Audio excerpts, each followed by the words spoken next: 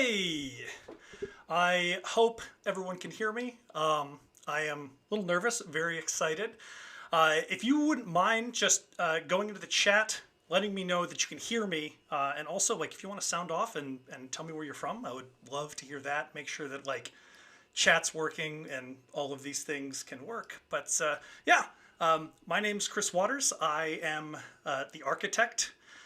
For anybody that's stumbling in that has no idea about me or who I am, essentially I have a company called Constructed Adventures. I build out kind of seemingly serendipitous perfect days and wild treasure hunts.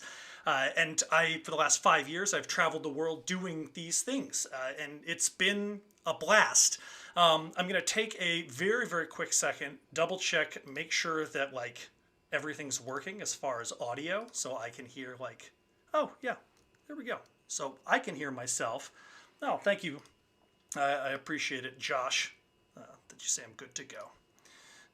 Add that in there. So this basically goes without saying. Oh, perfect. Hey, thank you so much, James. This is a live Q&A. I'm kind of testing this out to see if this is something I could do maybe every Wednesday, just to make it kind of like an office hours for anybody that might be considering, doing anything, right? Planning a surprise party, building a very puzzle-filled, immersive treasure scavenger hunt, really the whole nine. This is going to be a lot of fun. I have a lot of questions from the folks in my subreddit. If you head over to reddit.com/constructedadventures, you can join in there. There's some amazing people doing some amazing things. And then I also have two of my colleagues are going to join in just a little bit, and they're going to run two puzzles. One is really fun. It's from Rita from Post Curious, and the other is Michelle and Yassine from Society of Curiosities. So, like I said, I'm going to go ahead and get started with just some of the questions that I've gotten, but I would absolutely love to hear anything that's pressing. So if you have a question or a comment or anything like that, throw it in there and I'll find a time to bring it in. So let's take a look and make sure I got, ooh, this is working.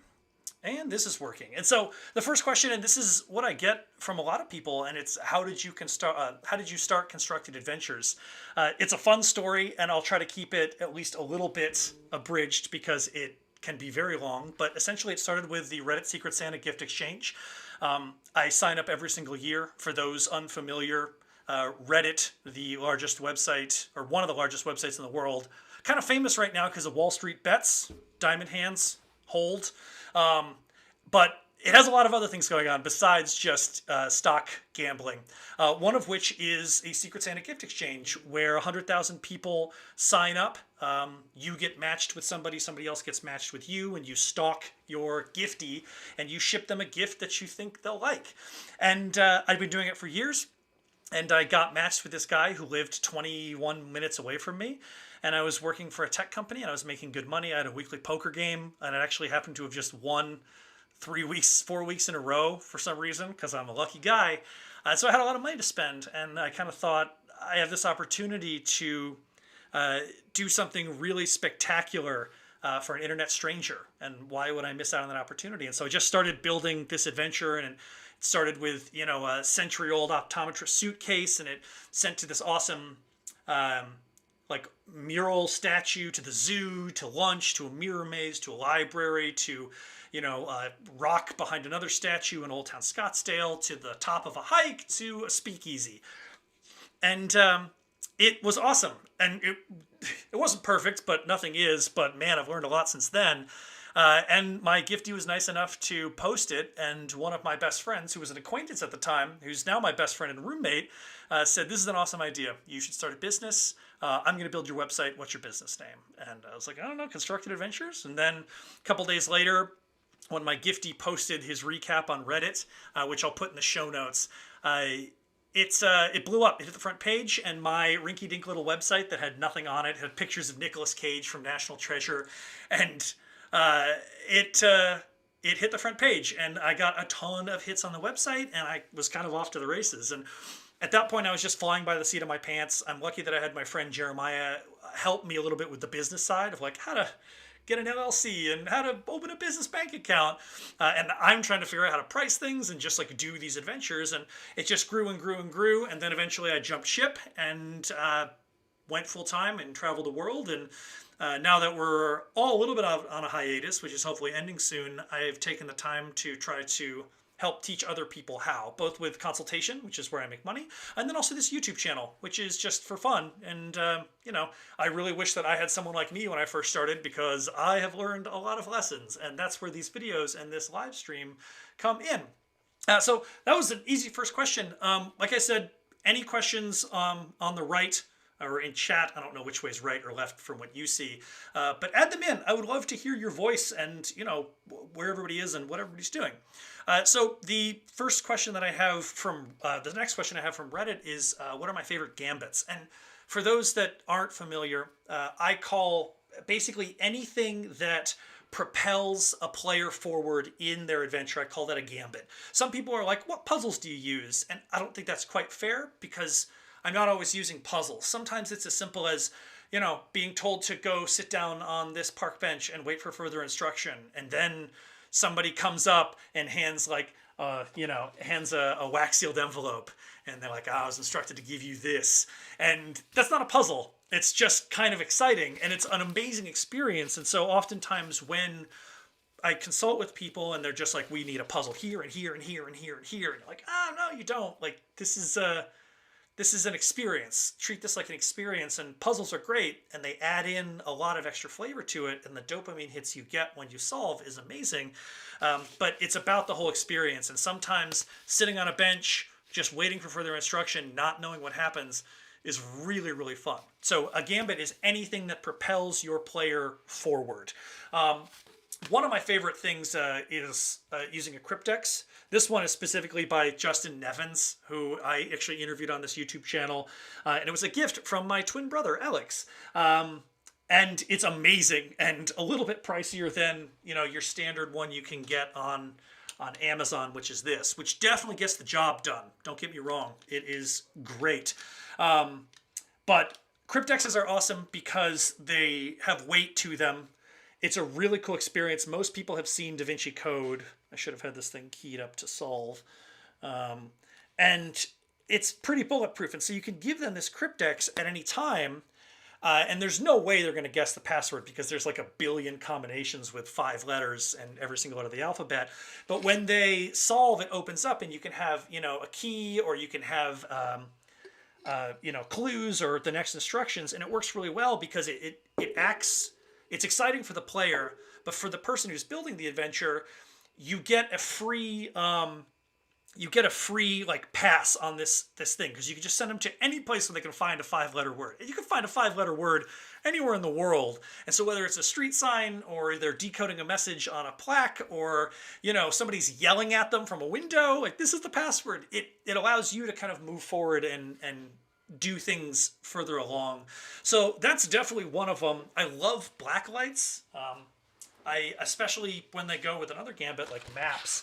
This is one from, years and years and years ago. This map was from a group, like a big group treasure hunt. It was like a bar crawl type thing.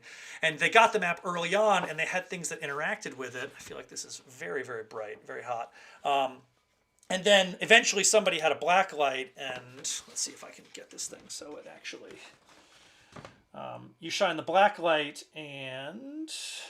it had writing, like this said, "You are here," and then it had a little dotted line to the finish line, and it's very, very bright to see, but you can kind of see it shine through a little bit. I wonder if it'd be easier from the back, but blacklights and cryptexes are just great, and they're not necessarily difficult, and that's okay, because one of the things I harp on is, like, it shouldn't be difficult. Like, a lot of people do escape rooms, which have been very keyed up and are very specific, and they have that, the television that says, like, this is what like, if you're stuck, they know exactly where you are, they know exactly what you're doing. But when you're running these things, they don't, you might have somebody kind of on the inside helping, or you might be running it yourself, and then you can key up the difficulty. But that's just, it's a little bit tricky. Okay, I'm going to pull this up, and then I've got a great question already from Chris, who is like my hero, because he's always active. Chris, I also want to know if you got my message on Reddit for the new thing that we're working on. You have been so active in the subreddit that you deserve your own title. Like, mine is the architect. and my brother's is the cartographer because he does maps and stuff. And my roommate's Jeremiah, his is the Butterfly King, which he got from the last adventure. And I'm christening people in the subreddit that are super active. I'll make a post about it probably tomorrow or the next day. And so I want to give you a flair. And so you get to choose the name, you know, the cartographer or the architect or the Butterfly King. So how do you price a commodity experience that you have no external reference for pricing, i.e. my business, and other experiences like them in emerging areas of opportunity? This is a fantastic, like, businessy question. And I always like to tell people that I'm a little bit of an artist masquerading as a businessman. Oh, Anthony, I'm glad that you're here. Thank you for joining. But to go back to Chris's question, it really just started, and I have a couple proteges that are kind of doing the similar things that I'm doing. And oftentimes the first thing is like, you're just going to have to do them for free. And it sucks because, you know, like the first one I did was free. Every time I do a Reddit one, it's free. And then you just slowly increase the price. It's really, really tricky because you run into this issue, and this is the issue that I run into, is I have an experience which involves a ton of work. It's a lot of hours. It's very, very time consuming to do. And also it's very specific. I don't know very many people that do this on a professional level. So it's not like going to get your hair cut where it's like, oh, I don't want to do constructed adventures. It's too expensive. I'll do somebody else's. So I have that going for me. But at the same time, I don't want to price out fun experiences specifically. So what I did was I started just charging a flat rate where I'd be like, I think the first one I did professionally was like $350 flat. And that included like 2 meals and me and Jeremiah like running around town all day and like, you know, black lights and cryptexes. And obviously they didn't get to keep some of these things, but it was still expensive. And it kind of went through, and I remember learning a very valuable lesson. I did a Valentine's Day one. Which I think the flat rate was like $700. So I was like increasing my prices, right? And I was like, oh, this is great. Since it's Valentine's Day, they're going to go to a restaurant and the menu's prefixed. So it's like everything's already included. A lot of restaurants do that for Valentine's Day. And then later, and so what I do with restaurants is that they usually arrive and the service says, order whatever you want. Everything's been paid for, you know, or like this is already set. My player and his girlfriend or his fiance at the time ended up ordering like 5 bottles of wine. And so the dinner ended up being like $500 and I'm charging him $600. And it was like, oh man. So I always add like a clause in the contract, and I'll get to how I do pricing now. But the clause is now like, listen, this is how much the budget is. This is what we're staying under, with an asterisk that are like, if you go to the restaurant and the server says order whatever you want and you spend like $4,000, I'm charging you that $4,000, even if it goes over my price. So just please, just, you know, like be aware of that. So what I started doing is I started doing just like, I charge a flat rate for myself, and then it's whatever it costs on top. My flat rate basically bounces anywhere in between usually 2,500 all the way up to like 5 or 10. Honestly, just depending on how booked out I am, or like how difficult the adventure is. There are some that are just going to be more difficult. If someone's like, I'm coming up to Portland and I want to do an adventure here. I currently live in Portland. I'm like, cool. This is going to be real cheap because like you're playing in my home turf. I have giant treasure chests I could just like wheel out and do. And like, I know all these things and I know people and I have help, right? It's a lot easier versus like, I want you to come to Barcelona, right? Where just the cost of it, of me flying and traveling, is going to be expensive, but like that's a lot more time for me to have to work. So I would recommend that. My favorite person in the world, who I'm going to bring up here, that's not, well, Beth's also my favorite person in the world, but I'm not sure why that one popped up. Tommy, who I almost consider a little bit of a mentor, whether he likes it or not. He always talks about valuing your time hourly.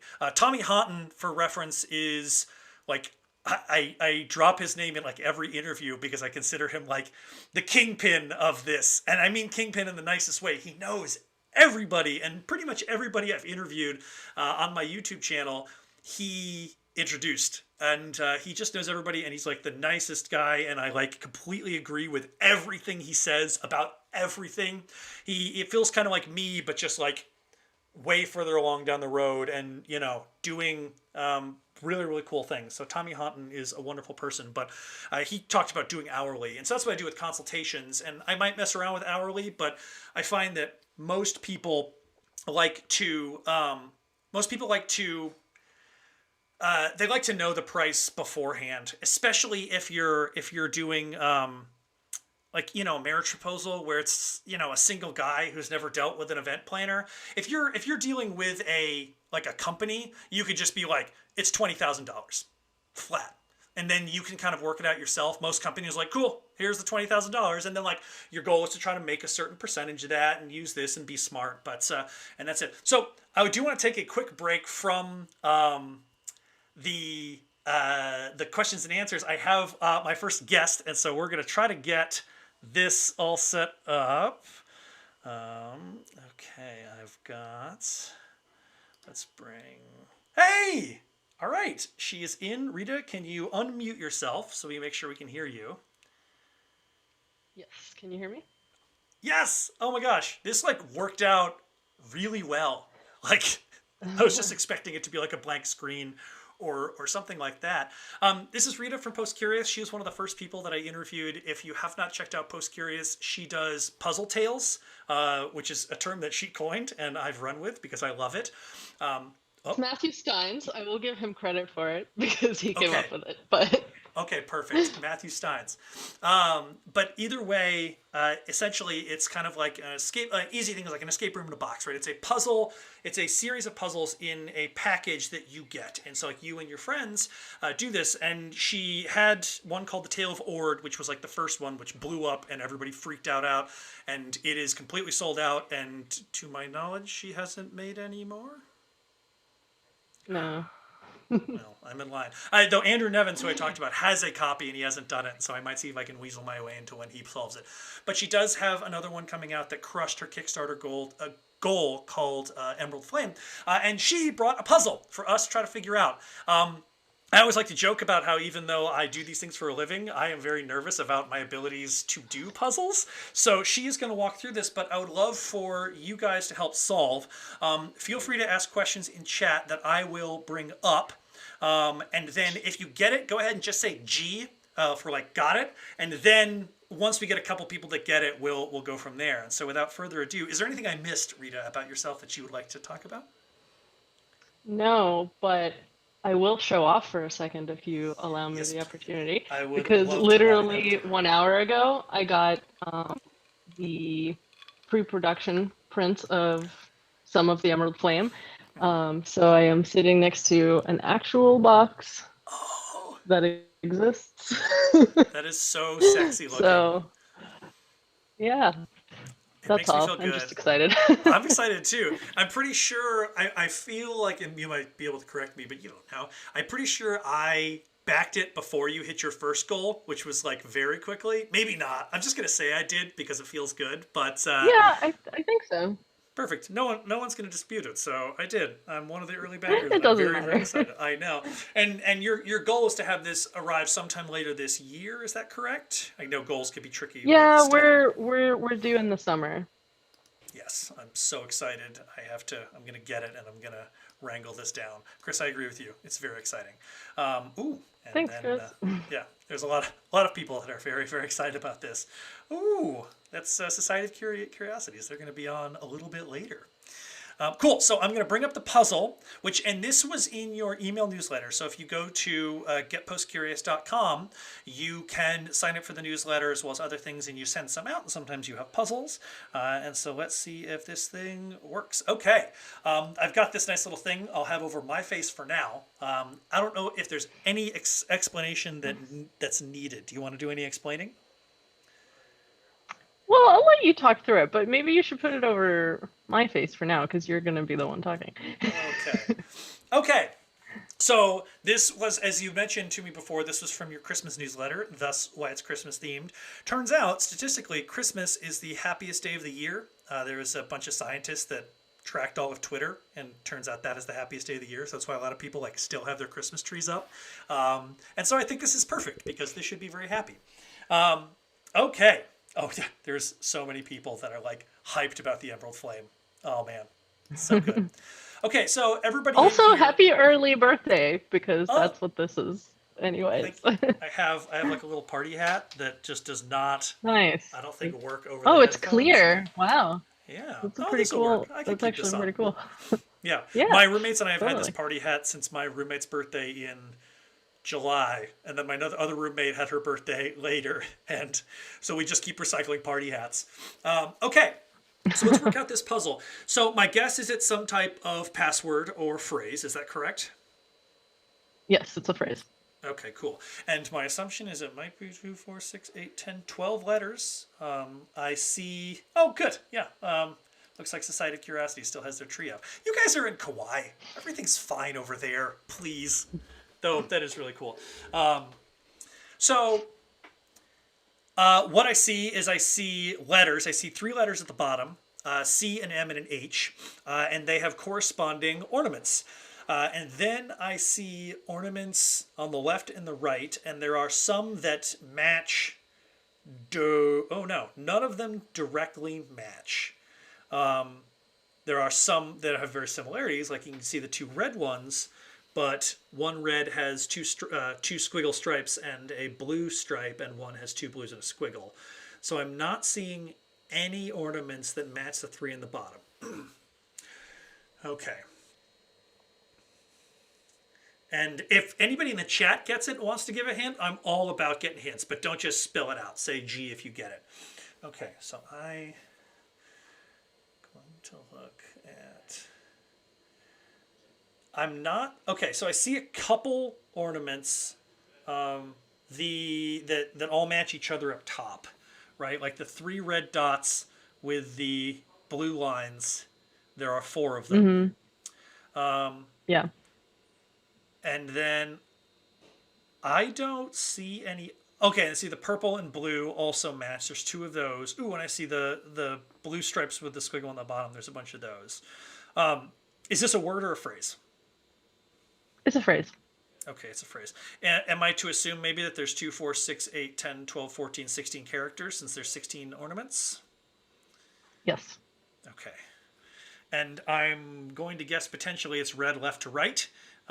So the blue and purple ornament is the first letter, and then consequently it's also like the 5th to last letter. The green one with the red dots down the middle is the first letter.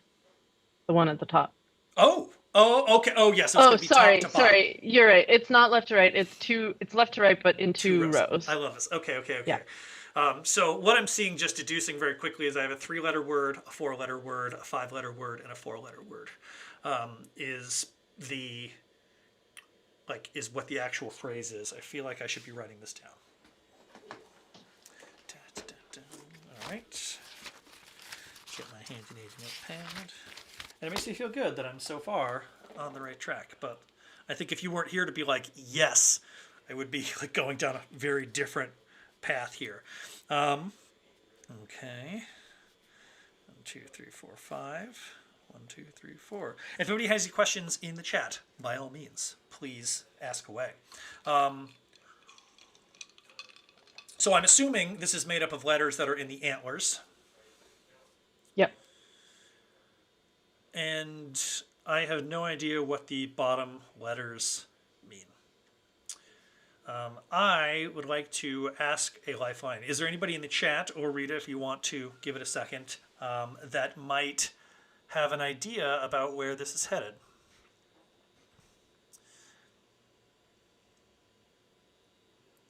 No? Rita, got anything for me? Okay.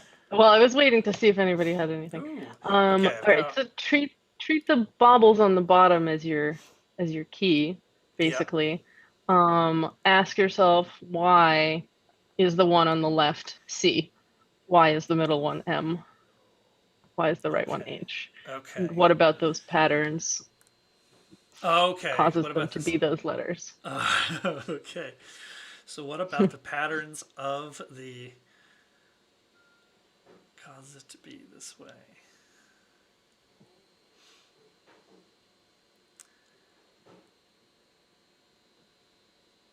And I'm assuming, is it just patterns or patterns? It's got to be patterns and colors. And I'm seeing similar, like there's yellow The squiggles colors on. are not the colors are not relevant. They're They're just to just, differentiate.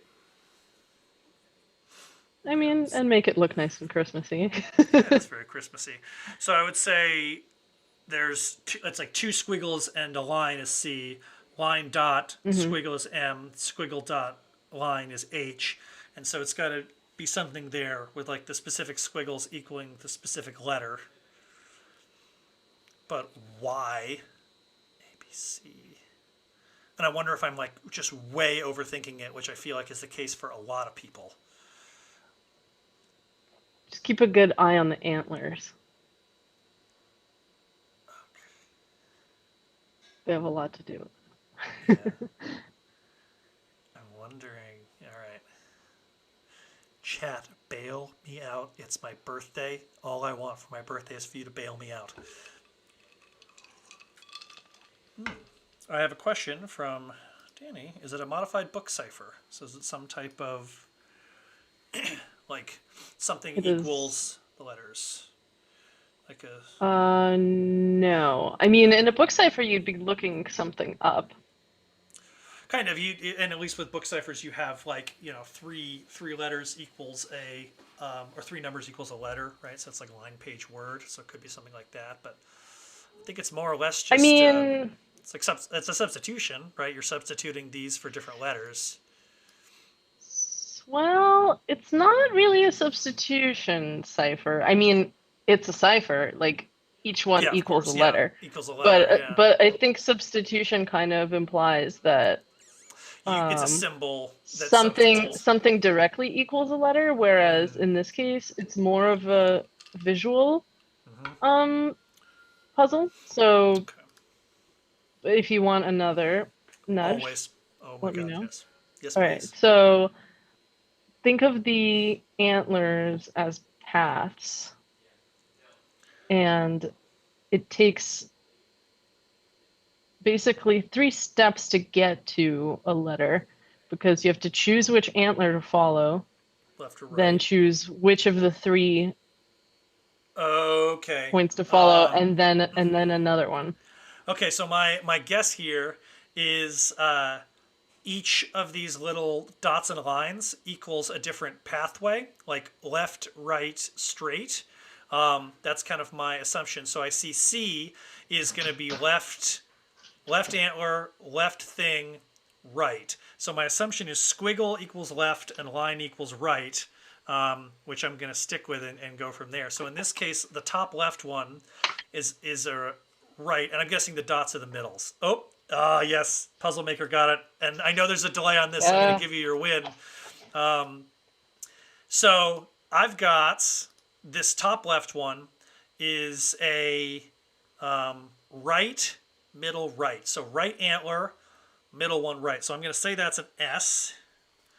And then I see that in a couple others as well. So I'm just going to go full send and assume it's an S and go from there. So then the middle one is going to be I forgot my whole thing. Right, right, crap. I gotta relearn this really quickly. Um, so middle one is an M. So M is right is the line. So line is right. It's going to be so easier if I just wrote this down. And then dots are, yes, we do start from the base of the antlers. So line is right. Dots are going to be middle. And then squiggle is right or left. Left? Yes. Okay, I've got this. Left. Yes, I have figured this out, and I've written this down so poorly chicken scratched that I'm not sure if I can even read it, but we're going to go from there.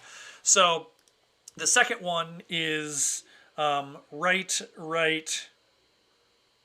I wrote big, but I meant to say left. Why did I write big? So if I go right, right, left is E. Okay, and then of course you always want to see if this shows up anywhere else, and it does. Because then we can start to brute force this puzzle. Okay, and then I have a line which is right. And by no means, if somebody grabs it, you can totally say G or just start screaming it out. I'm kind of okay with it. I'm so close, though. So right, and then left, left. So right, left, left. So that's A. So for the first, I have the first, I'm going to keep going before I spill anything. Okay, so now I have squiggle, line, line. In this case, that's left, right, right. And then I have squiggle dot squiggle, which is left, middle, left.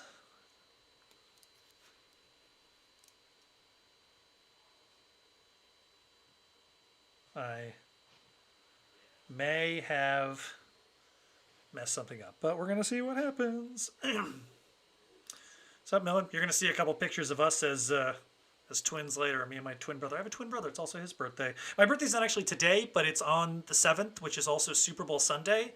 And, like, let's be honest, I'm not going to compete with the Super Bowl. So, you know.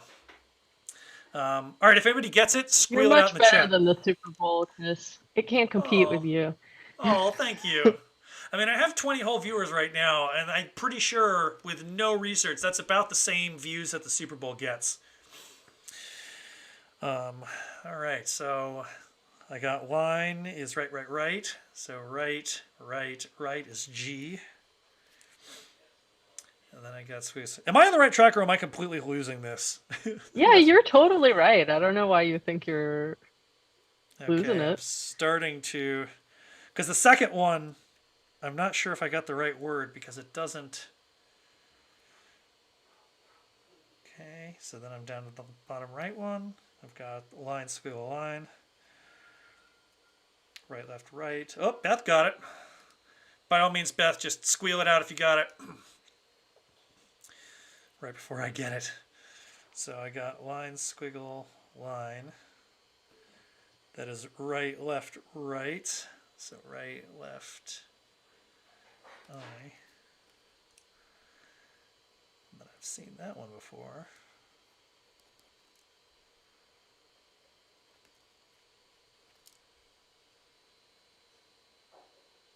So I ended up getting Season's greetings. Season's greetings. Oh, haha. I was like, Seasons? What's a Season? Oh, I got it, and I even didn't kind of get it. That is hilarious. So I'll add that on there. You got it. You got it. Yeah. Sorry for anybody that hadn't figured it out yet. Too bad, so sad. Season's greetings. Well, perfect. Hey, Rita, thank you so much for joining me on my birthday stream and providing that awesome puzzle. For anybody that is interested in, like Puzzle Tales sitting at home, or her game Emerald Flame, I'm so hyped for, and it's going to be amazing. If you go, it's not on is it on Kickstarter anymore? How do people get that game? Right now, it's through the Pledge Manager. But if you go to the website, it has links that will take you there. So. And that website for anybody curious is getpostcurious.com. Especially for anyone curious. Yes, especially for anyone curious. It's super fun. That's what our puzzle mind is spectacular. We have yet to work together, but there's only a matter of time till I can get you when you have time and you want to build puzzles for one of my games, but it's going to happen. One day. All right, cool. Well, hey, thank you so much. Right. It was wonderful having you join, and you head out, and then I will get back to my question and answer. So thank you so much, Rita. Yeah, happy birthday and happy puzzling. And thank you. Bye. All right. So that was fun. We're going to have one more that's a little bit later. I'm going to check back and see if there are any questions. Ooh, I have... this is a great question. Let me get my correct thing here. I've just learned about like overlays and scenes and stuff, and it makes me feel like I know what I'm doing here. Okay. Thank you, Danny. So the question is, happy birthday, Chris. What is your favorite city that you have done an adventure in? I can tell you my least favorite, and it's Houston. Just because it's Houston. I have a lot of things to say about Houston, Texas. But I'm not going to talk about that right now unless somebody asks that, and then I can go into my Houston rant. I would say I've got a couple that are top. One of them is Kauai, Hawaii. And that's not a city, it's an island, but it's small enough to potentially be a city. And it was just amazing. It was really cool. I actually have a little clip that I was going to put on Muscle Lab Gambits, but I don't know if you can hear while I do this, but we'll find out. I did an adventure where people swam down in the ocean and had to collect a box and bring it back up. And I thought that was just the coolest thing ever. It was just such a cool experience that like what I've always wanted to do that. I have a couple gambits that are just like on the list, and it's like I'm just waiting for somebody to hire me to do it, or an experience. I'm gonna go ahead and take this hat off for a little while. An experience to do that because I don't know, it's very cool. But it was a larger group game where people were put into teams, and so I had a guy that like we literally dove out there. I swam around for a while, mess around by playtesting, making sure the chest wasn't going to go anywhere and the things inside. And then I had one of the locals out there who was a surf instructor who I paid to basically sit on his surfboard like right in there, and he was the lifeguard. And so that was really fun. But Kauai was amazing. Barcelona was really cool. New York City's kind of spectacular just because there's so much going on. I really, really enjoy New York City. San Francisco as well was a lot of fun. Seattle has some cool experiences. Portland. I've done a lot of cool... Honestly, there are very few cities that aren't fun besides Houston, Texas. I have just like a personal, vendetta for Houston, Texas. Great question here. What live video app are you using? I use an app called Ecamm. I messed around with OBS, and OBS is like what you see a lot of Twitch streamers use. Ecamm is something that you pay for. I like it specifically because I can bring in like Rita. I can bring in her, and you can do all this with OBS too, but it's a lot more like difficult. The Ecamm just did an upgrade where I literally just like emailed her a link, and she's like clicked it. Now she's in the green room, and she hopped on earlier to test like these levels. But a lot of the stuff, if you don't want to pay the money, use OBS. I think it's called Open Broadcast System, and it's like a free broadcast system. But Ecamm is what I use, and I have like this great little screen where I can add these things in. I can do like oh god, that might have been really loud. I'm sorry. But yeah, Ecamm is what I use, Ecamm Live, and it is pretty spectacular. Okay, so let me head back. Like I said, if anybody has any questions, go ahead and put them in. I have a couple more questions from chat, and then I'll head back to a couple other ones. Ooh, this one's fun. What is your favorite style of adventure to build? And I'll break this down a little bit. There are kind of like two basic styles of adventures that I'll do. One is very like on the rails, immersive treasure scavenger hunt, and this is for like a single person or a group of people that act as like one entity. And that's the majority of what I do. It's like where the magic comes from, being able to like place an envelope and hide something. It's a really cool experience. The other style is like a large group game that I do for a lot of like corporate things, or I used to do the Grand Hunt for my birthday, which was like this big drunken treasure hunt bar crawl to find me on my birthday, which I will do again once we're allowed to do anything. But I love the on the rails immersive adventures. And I like working with clients and players who are very creative. It's really fun when I get a client who's just like really hyped to do this and like knowing like, oh my God, my wife's going to love this. This is going to be great. Or like my boyfriend or whoever. Those are kind of my favorite style, is like the on the rails, very specific, where everything's timed out, where it's like, cool, at this time, this person's going to come up and give them this, and then they have a reservation for a massage at this time, and then like they're going to go here where there's this thing's booked out and there's actors waiting, and this set piece is going to go. So it's just kind of it's a lot of fun. It gives me a lot of options when it comes to like the large scale group games. It just like the name of the game is crowd control. You're trying to make sure that everything works. You can't fix anything on the fly like you can with an adventure. You have to factor in everybody. So you have to take into account, this sounds mean, the slowest, fattest, dumbest person. Because if one person can't do a challenge, it sucks. And so it means you have to throw out a lot of like specific things that you can get away with like one player or one client, where I can really like dive into their life, the game style, and go from there. I have a wonderful question from Tommy, who I talked about, and like a little shout out to Tommy Hunton. How do I keep inspired and excited? I don't know. Inspiration comes from random things, television, like video games. Excited comes from like my mom. My mom's amazing, and she like, even when I wake up and I'm like, oh man, she's always excited, and so it's really easy to get that. Sometimes I'll go back. It sounds really bad, but like I'll go back and read like positive reviews I've gotten on like Yelp or Google.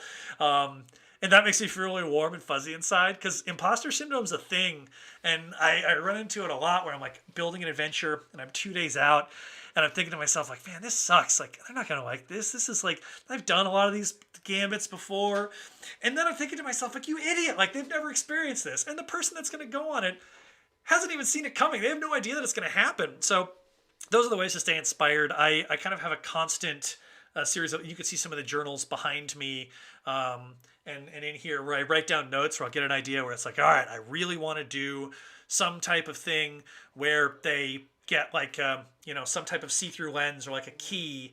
And like, it was a show called White Collar. It was USA, and there was a whole season where he has this key. Spoiler alert: if anybody wants to watch White Collar that hasn't, just cover your ears. But the key turns out to be like a replica of like the New York City skyline, and then he has to find the location to stand where he looks at the key, and it lines up with the New York City skyline. That's really cool, and so I'd love to try to figure out something like that. So I have these little things written down in books of like, I'm going to try to make that work and make that happen. Ooh, this is a good one. Have you settled on a term for what your experiences are? I just like to call them adventures. I know it's a catch-all and it's too broad and it doesn't work, and I'll like never grab that hashtag, because I'm sure hashtag adventure has been done like millions of times, because there's like, girls are like on a Palm Springs bachelorette party and they're like, we're on an adventure. I usually say, what I do is I tell people, like, whenever I do my elevator pitch, I'm like, my name's Chris, I go by the architect. I build out seemingly serendipitous, perfect days and wild adventures that usually catches them. And then I'll always backpedal where it's like, think wildly elaborate treasure scavenger hunts. And it's tricky, because what I do is technically a treasure hunt, but treasure hunt's also super broad, and the hashtag's been co-opted by people that buy Hot Wheels on like in antique shops. So if you go to hashtag treasure hunt, like that's on there. And scavenger hunt, unfortunately, has been kind of taken, like that's what a lot of people call this, is a scavenger hunt, and that's thanks to like Brooklyn Nine-Nine and Parks and Rec, but it's not technically a scavenger hunt, because like the idea is like scavenging. A scavenger hunt's like, here's a laundry list of 20 things you need to take a picture of, right? Find 15, and like you're scavenging, you're not gonna find like a police officer, like take a picture in a police car, right? Or like a guy with a bald head that you can like put lipstick on, right? Like somebody kisses this bald head, you see that. And those work really well for like the bar crawl things. And I'll incorporate scavenger hunts with the large group games as a form of crowd control. But adventures or treasure scavenger hunts is kind of easy, because it kind of grabs both pieces of that. That's the easiest way. Okay. Oh, thanks, Dad. You were just a tyke when you started down this road. What turned it on? This is definitely my mom. My mom she did fun little treasure scavenger hunts for me when I was a little kid. It started with like Easter, where she'd have like Easter baskets, and so she'd hide eggs, and you have to find the eggs. And then I know we did things with stockings, like Christmas stockings, which is kind of a brilliant thing, because they like, it gives my parents like precious 30 minutes, 20 minutes of sleep, while my brother and I like run around the house trying to find the next clue and the next clue and the next clue. So yeah, definitely my mom. And I don't know, I've always been the guy that like put googly eyes on people's like pictures at work, and kidnap friends for bachelor parties. Like, we live in a world, normally we're living in kind of an extraordinary experience now, and I don't mean extraordinary in a good way.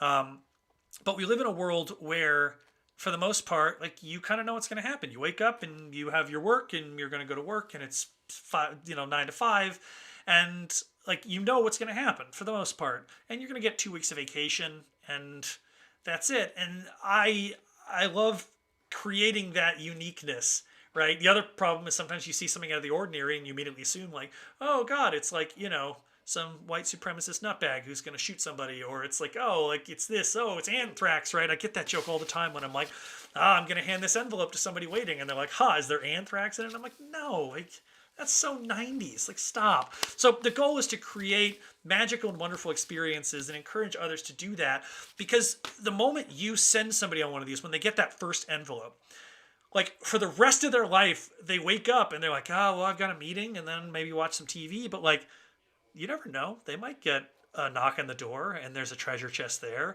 And so these people that I've done these adventures for will always have that like hope almost of like, hey, it happened once.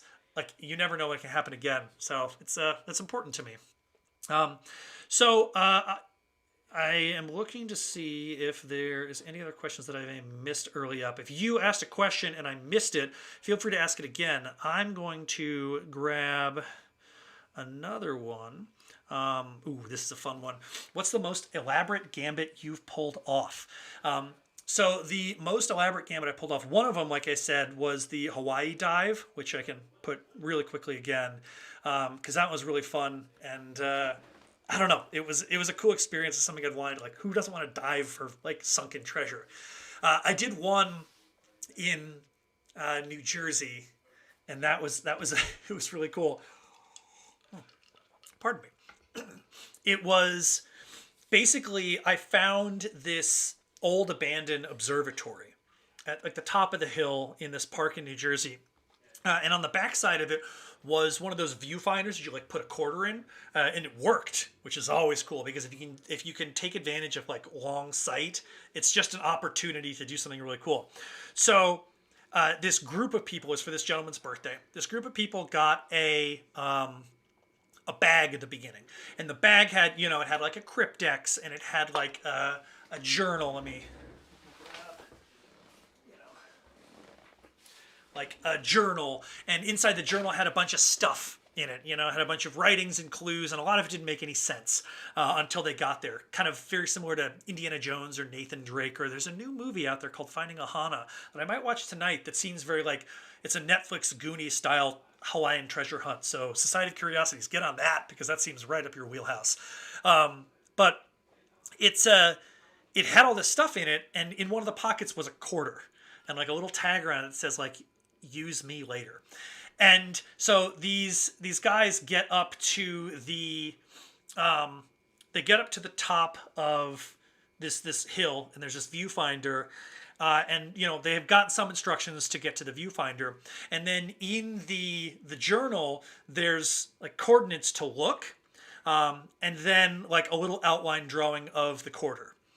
And so they put the quarter in, and they turn the viewfinder to like the degree, and they look through, and they see a guy who's sitting in a Santa hat. This is like late November, early December, and they're like, wait, there's this guy in a Santa hat. And then all of a sudden, the guy literally just pointed, and this is like, half a mile away. He like pointed at the viewfinder, and he waved, and he beckoned for them to come here. And they lost their minds, and they're like, how did he know? How did he know you were here? And so what I ended up doing is I had another person I had hired, like literally hiding in the bushes, like right nearby, with they had a conversation going. And so the guy who was sitting on the bench had an earpiece in, and they were just on a call. And so the moment she saw that they were like, I think that's the guy, she was like, now.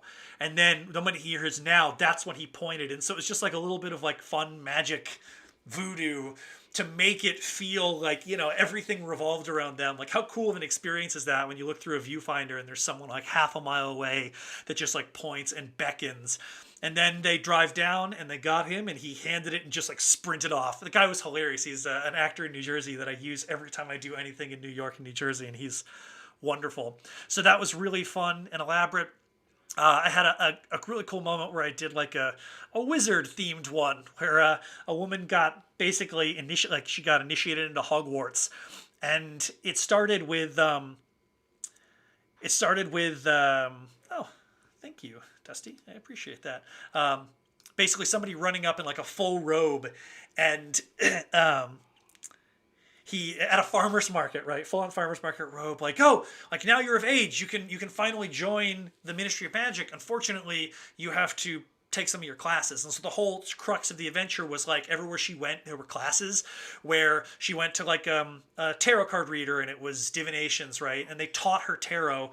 And then she went to an apothecary where there was somebody there that this little town in Alexandria, Virginia happened to have an apothecary. It was a museum. And this person was in a full robe and like was very strict, right? They failed apothecary. But in the beginning, she gets this envelope and it sends her to the bar down the street. And I was doing my morning walkthrough where what'll happen is if an adventure starts at like 10, 11, 12, I'll wake up at 7 or 8 and I'll just go check out these locations, like especially the first ones, to make sure that nothing drastic has changed. Sometimes you're like, oh, I'm going to use this park. And then there's like, oh, it turns out everything's been fenced off. There's a beer fest going on and you have to pay to get in the park. And so I either need to buy a ticket for the beer fest for them or I need to remove that as a stop that morning. But I got a guy. There was a guy who was a street musician. He was playing guitar and he was singing like John Mayer. And I went up to him and I was like, "Hey, do you know the Harry Potter theme song?" And he definitely English is a second language. And he later told me he was like paying his way through college, and he was like, "No, but I can learn it." And so I was like, "Okay, cool. Here's the deal. In like an hour, I'm going to pass by you, and there's going to be a couple that passes by me. This is their photo. The moment they pass by me, I need you to stop playing, or sorry, the moment they pass by you, I need them to, or you to stop playing whatever you were playing, and you're going to play the Harry Potter theme song." And so we do this whole thing. I watch the actor go up and they do a spiel, and then they start walking. And luckily, the guy who hired me was on the adventure. I had kept completely anonymous. Like I didn't meet him beforehand, so he didn't know what I looked like, nor did obviously the girl, his wife, who it was for. And or I think it was his sister, doesn't matter. But then, so I could just be walking right next to him. It was busy, and so I'm walking right in front of them, and the guy sees me, and we kind of make eye contact, and I nod, and the moment they get by, he starts playing the Harry Potter theme song, and she just loses her mind. Because like imagine it from like her standpoint, where it's like, oh, we're just going to go to the farmer's market, and they're like, oh, there's a guy in a wizard outfit. Oh, I have a Harry Potter thing. I need to go to this bar. Oh my God, the Harry Potter theme song music is playing. And then she gets to the bar, and like a bunch of her friends, i.e. classmates, were there, and like they did these classes together. And later on, she retook potions at a wine bar, and she passed with flying colors. So that was probably one of the more elaborate ones. I have a fun question from Reddit. Thank you, Anna. I know you posted this. It was, how many Tony's Chocolonely bars are you enjoying for your birthday? At least 2.5. Not a sponsor. Unsurprisingly, I don't think I'm quite big enough to have sponsorship yet. Tony's wants to. Oh my God, please. They did send me chocolate because if you check my Instagram, right when the pandemic kicked off, I did a bunch of like, the beginning of this YouTube video was Instagram and Instagram Live. And I would do like, oh yeah, here's how you use compasses. And then I would send my poor roommate on some treasure hunt. And it always ended with him finding Tony's Chocolonely, and we kept tagging them, and then they sent me a bunch of chocolate bars, and it's good. And I'm going to have a little bit of chocolate. Because I'm hungry. All right. I have a couple more questions. Then, side of curiosities, if you're on here, go ahead and hop into the green room now, if you still have that.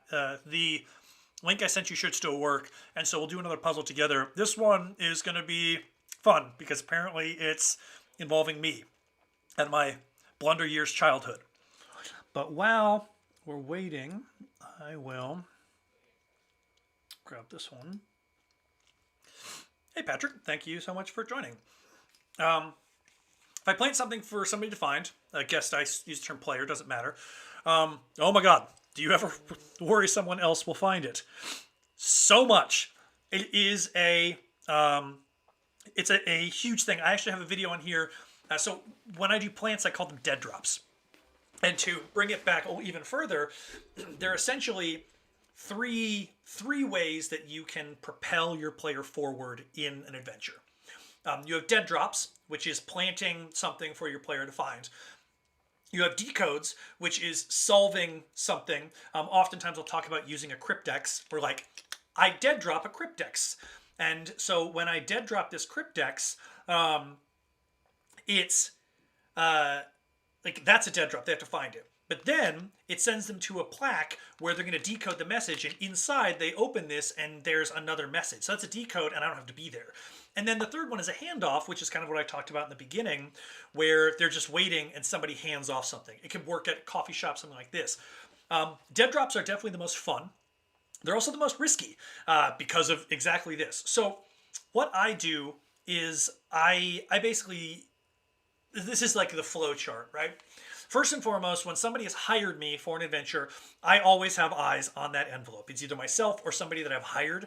We work out this schedule so everyone's kind of leapfrogging each other. So, say they're an envelope, they're at a restaurant.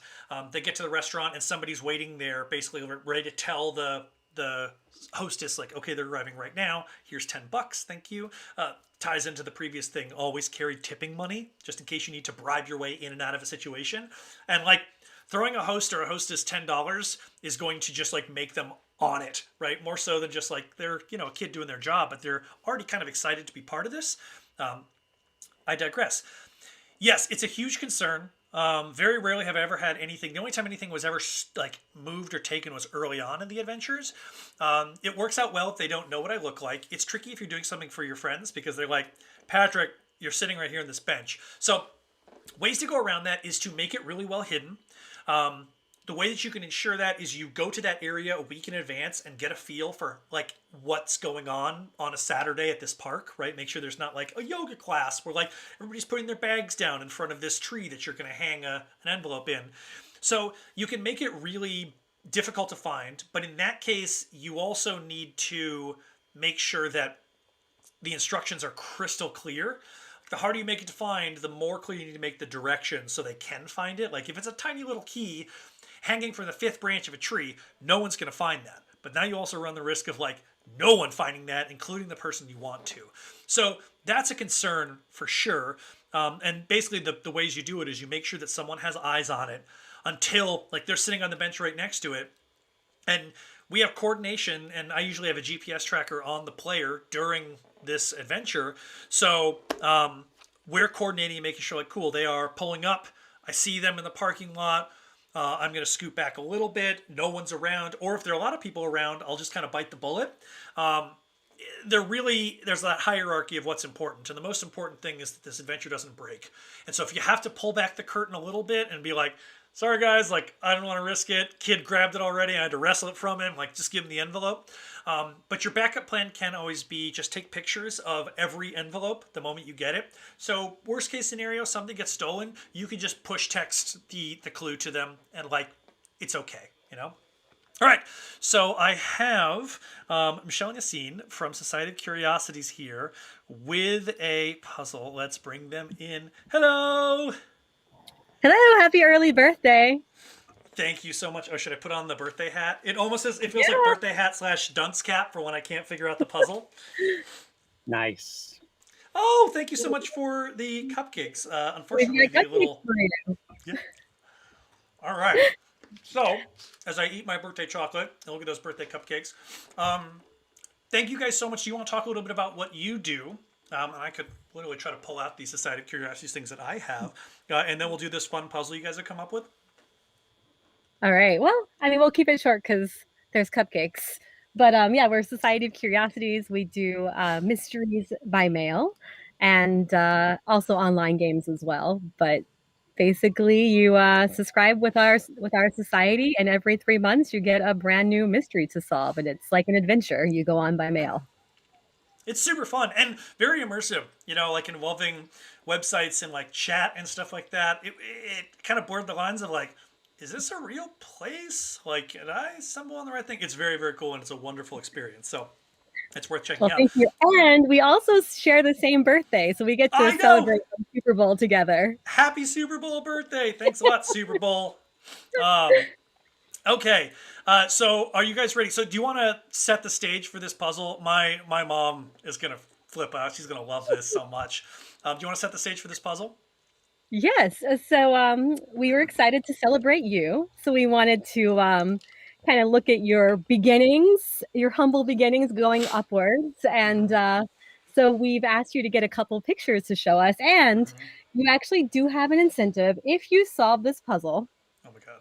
there's a special cupcake, and you get to decide who gets the cupcake to the face. We already know who's going to be because of that comment that he made in our pre-chat, which is accurate, but that doesn't mean I haven't forgotten. Cool. So should I start? Should I start up with the first clue? I Yeah, guess. so we'll have everyone check out the pictures. We chose 5 different images, and once again, we'll see you from your beginnings and as you go upwards in your growth. Okay. And this is so. Is there anything they should be looking out when they see these? Well, right now and through the pictures, you'll have everything you need to solve it. What we have are some cupcakes, and we're going to light it to celebrate for you. Okay. And we have to know what order to light the cupcakes. Oh, so we have to figure out what order to light the cupcakes. All right, so we're gonna do picture number 1.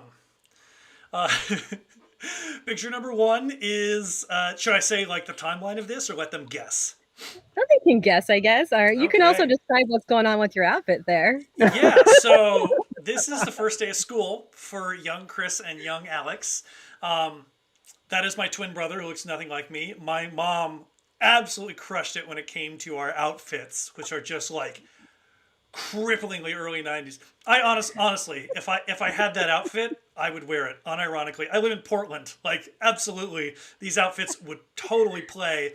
But this was us on our first day of school in kindergarten. So that is the first one. Then number 2 is, this was me and my brother. Looks like right when we were born. So there's mom. I don't know which one's which. You guys could probably guess. I think this one's me because my hair's lighter, but I feel like I knew that my hair was darker then. I don't know. Number 3, this was in college when I was a band geek. Yeah. Oh God, we're gonna talk really. We have to go back to this really quickly. Thank you, Chris. Yes, these pants are peak '90s roller rink for sure. And so this was me as a band geek with my very shaggy hair because I just grew my hair out and I wore a hat like 100% of the time I was in college, so it didn't matter. But then when I was in band, like, we didn't wear hats, or we wore those like ice bucket looking hats called Shakos.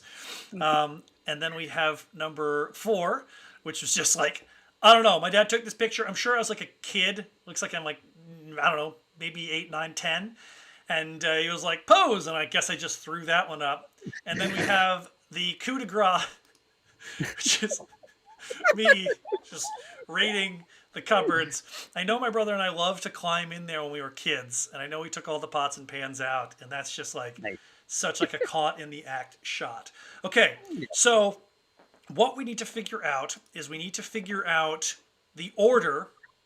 And I'm assuming it's either by age or by color of the candle, which could be, I see color of the candle too. So if we're going to go the first one, these pants were awesome. I loved them because the knee pads had like rubber in them. So like you could slide and like it didn't quite hurt like when you were like running around. But obviously they're like down there because these, I don't know. So my assumption maybe is, if I'm looking at me with this first one, it might be like the white one might be first. Am I correct? Am I on par? And people can guess if you like in the chat. By all means, guess and ask questions. Or we are tracking your journey from birth up. Is how we're looking at your pictures. And so, let's go ahead and assume that this is the first one. I would say so because it appears my mom is literally in the hospital. And then this is definitely number 2.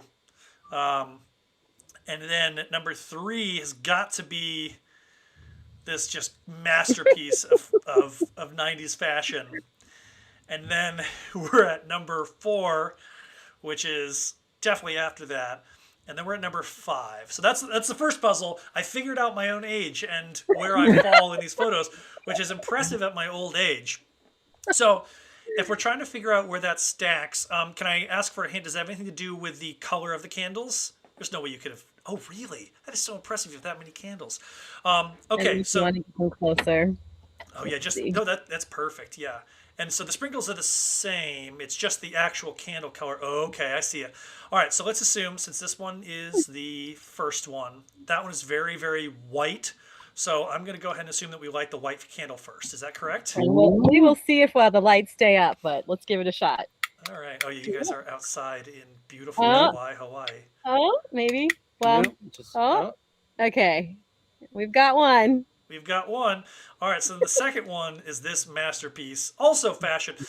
Can we take a second and just like actually have a round of applause for my mother for just like dressing us, because she crushed it. So this one is definitely like, look at all that red. Oh man. So we're going to light the red candle, which is the one on my left, maybe. Yep, that one. Yep. Mm-hmm. Oh, this is such a fun puzzle. Well, you can keep looking while we try to figure out So once we're there, then we're at this one, which I'm gonna assume is. So there's a lot here. There's a lot of colors going on here. Let me take a look at the candles that we have left.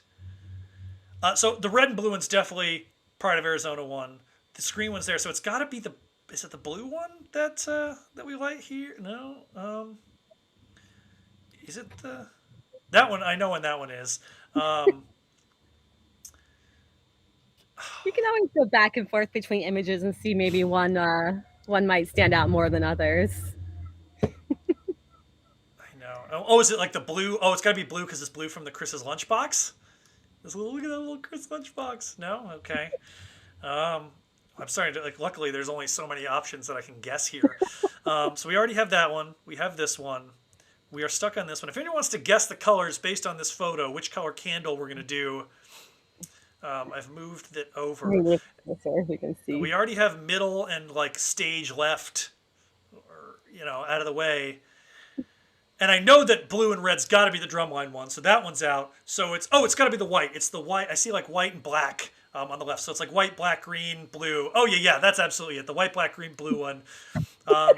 Justine's nodding, like yes. Yeah. Thank you. And this one is definitely the blue one on the right because it is very blue tone. Oh, there we go. Yeah, we got the green one. You nailed it. There's a bit of a delay with chat, so I'm going to go ahead and assume that you got that one.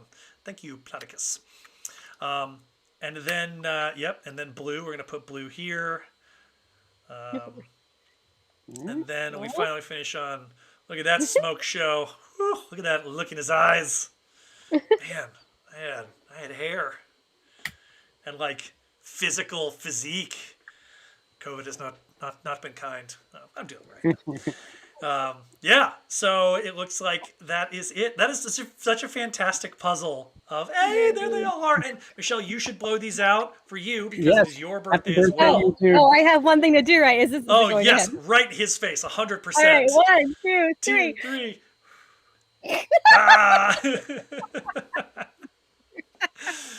Oh, thank you guys so much for joining me. I really appreciate it. Happy birthday to you two. Got to blow out that last candle. I'll let you guys sign off. I'll let you guys can go clean off. Once again, Society of Curiosities, you can Google them, check that out, societyofcuriosities.com. It's like basically puzzles by mail that come, subscription wise, where Rita's comes in one box and it's this big meaty thing. Theirs is sequential and it's fun little, not even bite sized, they're like substantial and they're difficult. I struggled. I also did them myself. So if you do them with a group, it definitely gets a lot easier. So thank you guys so much. Happy birthday. And I'll bring you back on in a little while. Oh, okay. Well, that just looks like a happy marriage. All right, guys. You guys have a wonderful time. Oh, man. Well, that was fun. I hope you enjoyed puzzles from my two of my cohorts. I got some questions. Wow. Well, yeah, that was 10 out of 10. Just an awesome puzzle. They're so creative and clever, and it was so fun. Oh, and of course, you loved it, Mom. I love you, Mom. You're wonderful. Thank you for joining in my first ever like Q&A live stream.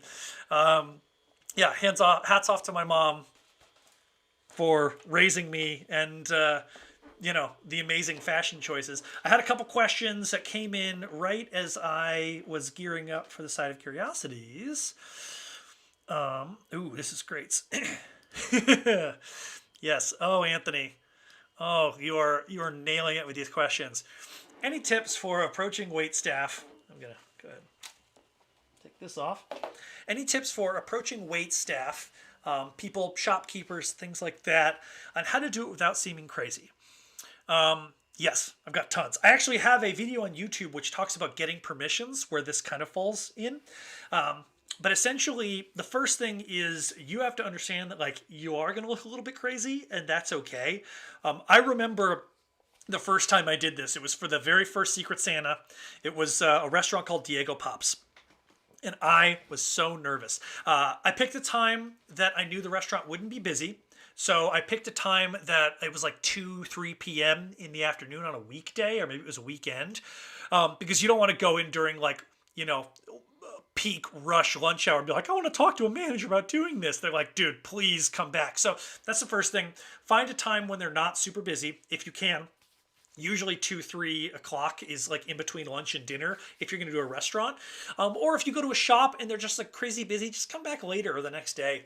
But you are going to seem a little bit crazy, but the thing you need to remember is like, everybody loves this stuff. Like, how many times have you told, like, I'm trying to think of all the times that I've approached a restaurant and been like, here's the deal. I'm going to send somebody here on like a fun treasure scavenger hunt, and I would love, I just realized that I have like a big black thing over me. I would love to leave a credit card and pay for everything in advance. They're going to come, and if you can just serve them, let them order whatever they want, and then instead of giving them the bill, you're going to give them this wax-sealed envelope. Automatically include 20% gratuity, and basically kind of establishes like, you want to do two things. You want to obviously like sell them on it, which isn't super difficult because you're like, hey, restaurant, I want to pay you money. Like, you're assuredly going to get somebody here. And then there's always like a chance of like, this is one of the greatest experiences this person might have had. And so they're just like, oh, this restaurant is forever part of this. So you get kind of a super fan. And then B, like, hey, there's an off chance that this thing goes viral a little bit, or at least picks up some steam on Reddit or YouTube or Instagram or something. So like, free publicity, and all we have to do is be ready to take one person like for a meal, or like a couple people. So get over the fact that like you feel a little bit weird, because most of the time when I go in and I go to the server and I'm like, I tell the server or the hostess like, hey, I want to plan kind of a fun little event. Could I talk to a manager about this? And so when the hostess goes to the manager and they're like, hey, somebody wants to talk to you about an event, you're putting the manager at ease instead of being like, I want to talk to a manager. And now the manager is walking up like, oh God, I'm going to get yelled at. And like, they're going to threaten, like they're bracing for it. But if you approach it in a way where you're like, hey, listen, I want to do something fun and unique. Can I talk to a manager about trying to pull it off? And then say exactly that. Be like, hey, listen, I would like to see if on this day I can send somebody to your restaurant. If you have the time that you're shooting for, all the better. If not, and they're like, what time? You're like, well, I was waiting to see if you were game for it, and then figure out the time that works, because you might be able to tweak like, oh, it's at 1 o'clock or 2 o'clock or what time. And then basically say, I want to leave a credit card. Most restaurants allow you to fill out like a credit card authorization form. Usually it's for bigger events, but it still works in that case. Or you could just leave a credit card with them. I do that all the time, and knock on wood, it's never been an issue so far. And then automatic 20% gratuity. If you're doing it for like your significant other, very rarely, with the exception of that one experience of Valentine's Day, does anybody go crazy when it comes to like eating. Like, they're just like, order a regular meal and maybe a beer and something like that. Some people feel like sheepish about like ordering too much. I'm like, listen, your husband gave me this money to spend on you, so like, just get the nice wine. So yeah, you will feel a little bit crazy, but most of the time when I talk to people about incorporating their business, like what I do is like, first it's quizzical, and then I start to see like a smile kind of creep across their face, because they're like, they know this, they've seen the movies and they've seen that, and they just get hyped for it. They're like, this, it's a cool experience, and like, who doesn't want to be part of this? Most of the people that have hired me or been on these adventures are like, if you ever come back in town, I will do this for free. I want to be the person with like the smug look, like handing a wax sealed envelope. I want to be the person that does this. So you're just going to have to do it. There's a lot of risk involved with doing these things. For the most part, like, your goals are pure. You're trying to create a cool experience, and the vast majority of people wholeheartedly resonate with it. So absolutely, you'll be totally fine. I got.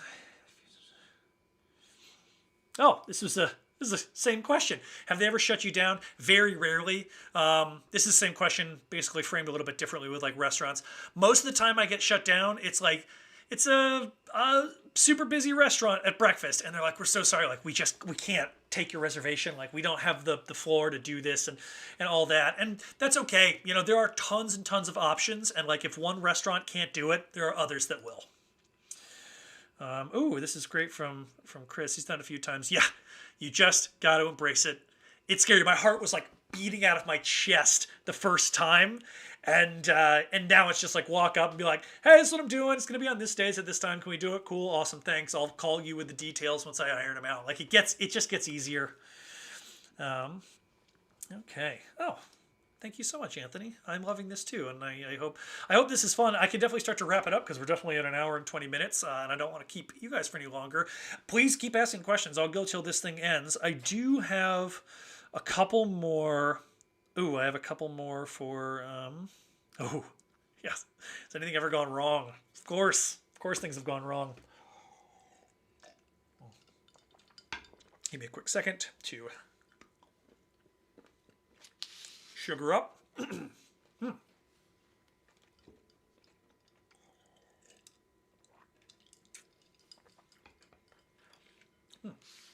God, that chocolate's so good. Seriously. And like, Tony's is fine, but it's the orange one. Oh, I don't know why. Like, I've tried all the others and they're good.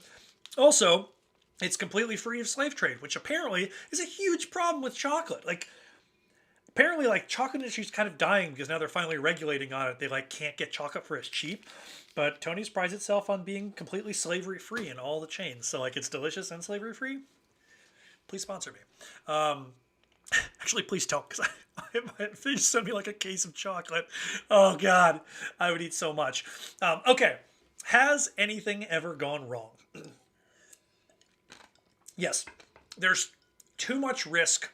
There's too many factors. There's too much going on to have everything go perfectly. Very rarely does any single one of my adventures go like 100%, like nailed it, like not even a curious thing. Most of the time, the things that go wrong aren't even an issue for the client. You know, it's like one where, you know, for this last Reddit Secret Santa one that I did, I had canceled my GPS tracker company because I'm like, well, I'm in the middle of this thing going on and I'm not running any adventures, so I'm not going to be paying, you know, 30 something bucks a month to have this like it looks like a beeper. It's like this black GPS tracker. I'm not going to pay the money. So we were kind of eyeballing it and just made sure that every single time they were at a location, somebody had eyes on them. And luckily, my wonderful roommate, who went as the Butterfly King, was there. And they had a certain section where they went to this bear statue and they used an Ottendorf cipher to decode a message. And Ottendorf is this thing that's on the back of the Declaration of Independence. You can see them right there. Declaration of Independence. And I basically wanted somebody to be there so they could text me and be like, cool, they have left. They're on their way to the restaurant. So I could work with the restaurant, who was nice enough. They were only doing takeout, but they put like one outdoor seating thing like on their like porch. Thank you, Wild Mountain Cafe in Seattle, Washington, because I wanted to be able to let them know. And realistically, if we lost the players, it wasn't that big of a deal. But my friend stopped to get a sandwich, and of course the sandwich took like 20 minutes to make. And so we get there, and now we don't know if they had made it to the statue yet, and already left toward the restaurant. And so it gave this kind of bit of like, oh, what's going on? But then of course, like 10 minutes later, the family arrives at the statue, and it's totally fine. There are bigger ones that happened early on. One of my rules is no open flame, and it's because when you're trying to do a romantic thing, use fake votive candles. You see the people that have like, 100 votive candles in the background. No, don't use real votive candles. Spring the money, get the fake ones. They're easier. But that same Valentine's Day one, it ended with them coming back. It was actually like a redo proposal. And he gets back and there's hundreds of votive candles all over their living room. And he kind of redid his proposal. It was a fun thing. What happens though is the room gets very smoky because you have thousands of tiny little smoke flickers. By the time you get done lighting the first candles, the first candles are like low. They heat, and so they singed the carpet a little bit, and they cooked the room, so it was so hot. Luckily, the couple was very drunk because they ordered so much wine that I ended up having to pay for. That didn't matter, but I definitely ended up having to like repair their carpet. So lesson learned there. Had a couple times where I've made it too difficult. Oh, I had a great question about difficulty. Let me see. Oh, there we go. I can add that in. Yeah, so I can talk about difficulty, but I had one with a larger group game where they got split in two, and I tried to get fancy, and it basically hinged on them following directions exactly. And most of the time when I have larger group games or anything, alcohol's always involved. Like, you're solving puzzles, you're figuring out you gotta have a drink, go to a bar, and the bartender's like, I've been expecting you. Like, I heard this is your favorite drink. Here it is, me making it. Here's your clue. Cool experience. Get a little liquor. Fun, right? But this one, they gotten a little bit toasty, and I got too complex with my directions, where I needed two groups to split up and basically run parallel down some roads, and, like, they did not. And at this, like, looking back, this was so long ago that... I should have seen this coming. And so that's one of the big things is like, you want to go with elegant simplicity when you're making these, do one first and then start to try to get fancy and do these things. But I've had people where they were doing one that was margarita themed and they didn't bring their IDs. And granted, they were all in the military, and so they were used to going to bars and using their military IDs, but it just happened to be a busy day in San Diego, California, and the second bar didn't let them in. And so I had to like rebuild the adventure trying to find bars that would let them in, moving people around, doing all this, and it was disastrous because they didn't bring their IDs. And in my case, how am I supposed to be like, oh yeah, it's margarita themed, don't forget your IDs, right? Like that should have been given. And it goes with, I had a great discussion on the subreddit about red herrings, because I just did a video, my last video is about red herrings.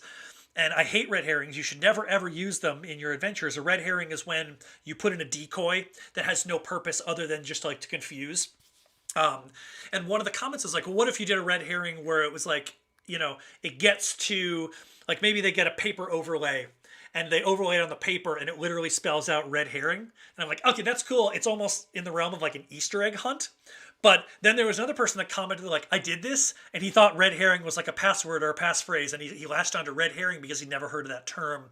So it's just wild because you like for the most part things will go fine, but I've run into times enough where something's gone wrong where you're like, really? That it's like playing poker when you first start playing poker and you're like, oh, I have King 7, that's a good hand, and the flop comes out, and you're like, oh, cool, I have a king too, and there's a king on the flop. And you like, oh, I won because I had a pair of kings. But you play enough poker, and you're going to have a time where you have King 7, and you run into Ace King, and you get crushed by it. And so what will end up happening is like, odds are you do an adventure, odds are you'll probably be fine. But now that I've run 73 and I've consulted for like 50, I've had people that just had these like wild experiences, and I guarantee you, if you've done an escape room and you've watched other people, people will latch on to weird information and their brain will just go down this rabbit hole and that's it. So elegant simplicity is big. Ooh, this is let me go back to my... Have I ever used animals or birds in your adventure? Yes, I have.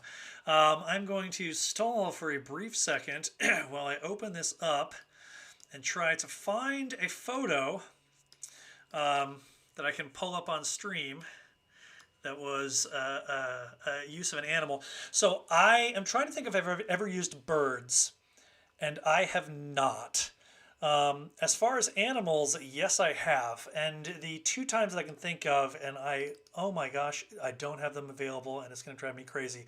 I'll throw them on my Instagram or put them here. I had two very special animal encounters. The first one was an otter. I had a woman that was flown via private helicopter to a wild animal park where an otter came out and literally handed her a clue. It was in like a watertight box. It was a wild experience because I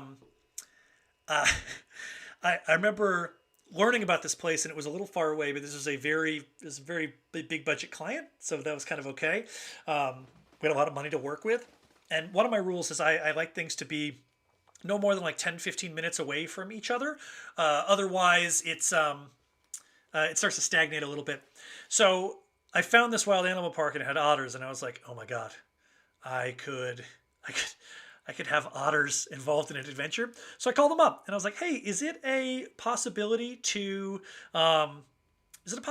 utilize like your otters? Can I send someone on a treasure scavenger hunt and an otter comes out and hands off a clue? And they're like, yeah, we could probably do that. I'm like, oh, okay. Can we land a helicopter somewhere on your premises? And they're like, yeah, we'll just clear the llamas off like field 3. And I was like, okay, didn't think I'd make it this far. So now I have to find a helicopter. And so that was basically it. It was a really cool experience. I did the same thing with a sloth, where they went to like an animal enclosure and there was a sloth that was like asleep holding an envelope. Oh, yes. Okay, this is a great prompt. Thank you, Mom. For a Reddit Secret Santa adventure, I sent a woman who like hand fed wild chickadees up in the mountains in Reno, and then she shot down a chest that was counterbalanced by a bag of sand in the mountains after snowshoeing. It was quite a cool experience. So I'm gonna start to slow this down. I'll add one more, and that is, how do you determine difficulty? Difficulty is tricky. Rita actually had a great way she determined difficulty. Playtesting is the first one. Testing it out, giving these puzzles to different people and trying it out. But what Rita does is you think of it very simply, where you start with all of the information and then you remove information. And as you remove information, you figure out where that line is. You do need to make sure that the brain can make those connects. Like, with red herrings, I talked about there's a difference between being challenging and being frustrating. If this is your first time, make the puzzles easy. Make everything simple, right? The magic of like a treasure scavenger hunt isn't really with the puzzles. It sounds bad. I get a lot of people that hire me. They're like, they want puzzles. Like they want, some cipher wheel. They want like a Knight's Tour puzzle. They want anagrams. They want to figure this out. And that's all well and fine, but like it's 6 to 8 hours of adventure. And if you just hammer someone over the head for 6 to 8 hours with like brain things, they're gonna lose it. So make it easy, make it beatable, make it elegant, make it simple, and then you can kind of ramp up the difficulty or figure out those places where you can toy with difficulty if you want to make it a little bit more nuanced. If you're doing something around the house, if you're going to be with them, running the show, yeah, heck, make it more difficult. Whatever, you're there as a hint. But if you want to try to make this elegant thing that ends with you standing there at a proposal or a surprise party, proposal or surprise party is high stakes. You don't want to risk ruining this with like a puzzle that's so complicated that they're standing in a park with a book full of numbers and they don't know where to go. And now the photographer's gone home because you're already past the allotted time that you paid for. So I recommend making it simple, but definitely test things out. There are puzzles that I put on my YouTube channel, things like the Knight's Tour, like word search things that aren't necessarily difficult. But when it comes to ciphers, it really is just the amount of information. You can look at things like Post Curious and Society Curiosities, and they usually have something built in for hints, just like an escape room do, and that's it. So that's I think I'm going to close this down for now because we've gone an hour and a half. But if this was fun, please let me know. I am very much considering doing something just at this time every week, so it's just gain that consistency. Make it like office hours, where maybe I'll play a puzzle game and you can join me there and do that kind of like Let's Play live stream, or try this out, because I think this is fun and I want to make myself as available as possible for people that just have a couple little questions. So join me next week, I guess. And if you have questions specific to something you're trying to do, I'm more than happy to help you there. So thank you guys so much. And I hope you guys have a wonderful Super Bowl, and happy birthday to me. And cheers, everybody. Thank you so much.